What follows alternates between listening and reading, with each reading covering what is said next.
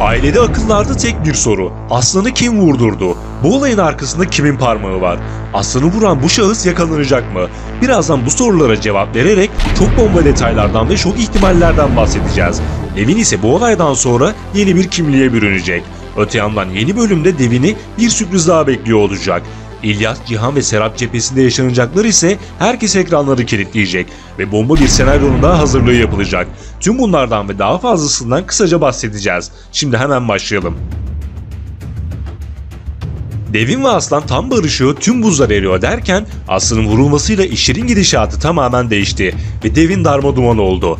Geçtiğimiz bölümde Devin, Aslan'ın marinadaki ortaklık işini bağladı, çocukların yeniden okula dönmesini sağladı ve Aslan'la arasını düzeltti. Hatta yeni bölümlerde Devin aslında çocuk sahibi olabileceğini öğrenecek ve bu konuda haince planlar kuran babasından ve Hülya'dan hesap soracak.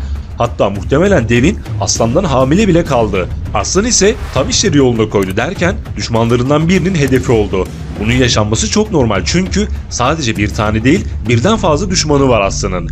Bedri ve Nedret ortaklığın bitmesinden sonra Aslan'a bir bakıma savaş açtılar. Cihan ve İlyas Serap konusunda Aslan'ın karşısında durdular ve tehdit ettiler. İbo kendisine yapılanı Aslan'ın yaptığını sandı. Sonuç olarak bu düşmanlardan biri adam tutarak Aslan'ın vurulmasını sağladı. Peki bu sahneden sonra neler olacak?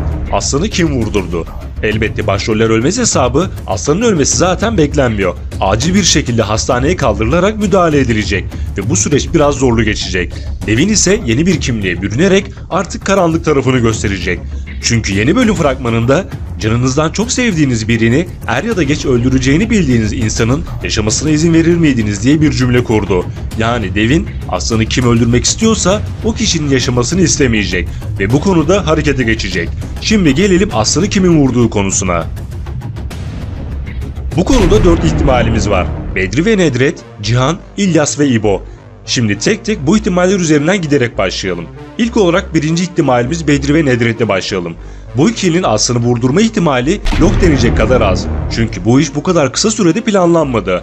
Evet, Bedri Hülya'ya ben öz babamı bile öldürdüm, Aslan'ı senden alırım gibisinden bir cümle kurmuştu. Ve bu nedenle Hülya ilk olarak bunu yapanın Bedri olduğunu düşünecektir. Gerçi Bedri'nin öz babası İlyas'ın çıkması bekleniyor. Nedret'in ise asıl derdi Aslan'la değil Hülya'yla. Hatta Adana'ya tabutumuz gider diyerek yarım kalan hesabını kapatmaya çalışacak. Evet, bu ikilinin Aslan'la araları bozuldu fakat vurdurma işini yapacak seviyeye henüz gelmediler. İkinci ihtimalimiz Cihan.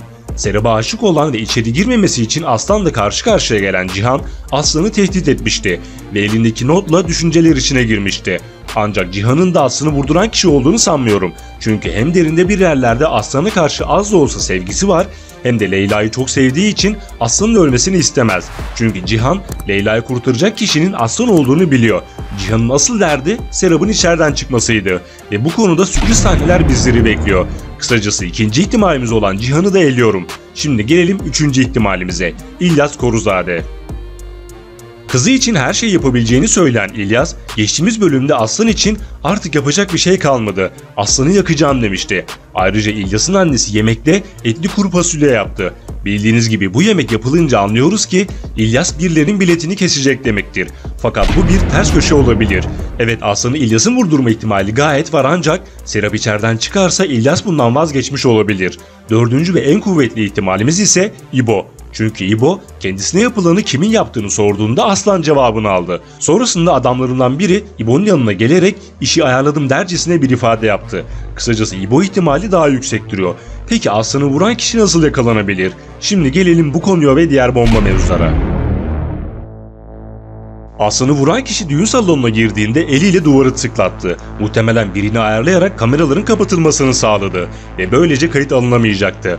Aynı zamanda Aslan'ın odasına çıkarken de iz bırakmamak için Aslan'ın bastığı yerlerden yürümeye dikkat etti. Fakat bu konuda önemli bir detay var. O da düğün fotoğrafçısı. Düğündeki her anın fotoğrafını çektiği için Aslan'ı vuran kişi bu fotoğraflardan birinde gözükerek yakayı ele verebilir. Sonrasında ise Turgut, Eko ve İskoç tarafından izi sürülüp bulununca sorguya alınıp bu işi kimin yaptırdığını öğrenecekler. Tüm bunların yanı sıra Aslan kendine geldikten sonra Meleğin annesiyle kızını bulup mahkemede her şeyi itiraf etmesini sağlayacak ve Leyla kurtulacak. Cihan ise Serap çıktıktan sonra İlyas'ın da onayıyla evlilik aşamasına geçecek. Hatta Serap'a geçmişte acı olayı yaşatanın İbo olduğunu öğrendiğinde İbo'nun biletini kesmesi beklenecek. Son olarak Eko Elif'le evlendi ancak aklı hala Yağmur'da. Yağmur'un da aklı Eko'da. Kısacası bu hikayede olan Elif'e olacak.